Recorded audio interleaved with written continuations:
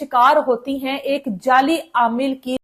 का। अब 20 से 22 साल इनकी उम्र है और इस बात का शऊर रखती हैं कि कौन सी चीज सही है और कौन सी चीज गलत है। उसके बावजूद भी 6 माह तक एक जाली बाबा इन दोनों बहनों के साथ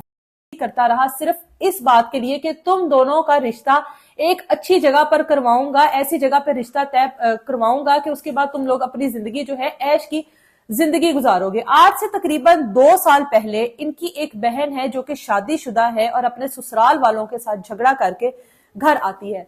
इर्द गिर्द के जो लोग होते हैं जो इस तरह की चीजों को जानते हैं, बताते हैं कि फलाने बाबे के हाथ में बड़ी शफा है, फलाने बाबे के पास, जो एक बाबे का जिक्र किया जाता है और कहा जाता है कि उस बाबे के पास बड़ी शफा है, आप अपना मसला उसके पास लेकर जाएं। बाबा आता है और कहता है कि ये तो कोई मसला ही नहीं है, बेटी को मैं वापस उसके घर छोड़ आऊंगा। अब लाइबा के वालदैन के साथ, लाइबा और माहम के वालदैन के साथ उन्हीं की बेटी के ससुराल जाता है और पता नहीं कौन सी फूंक मारता है, क्या करता है,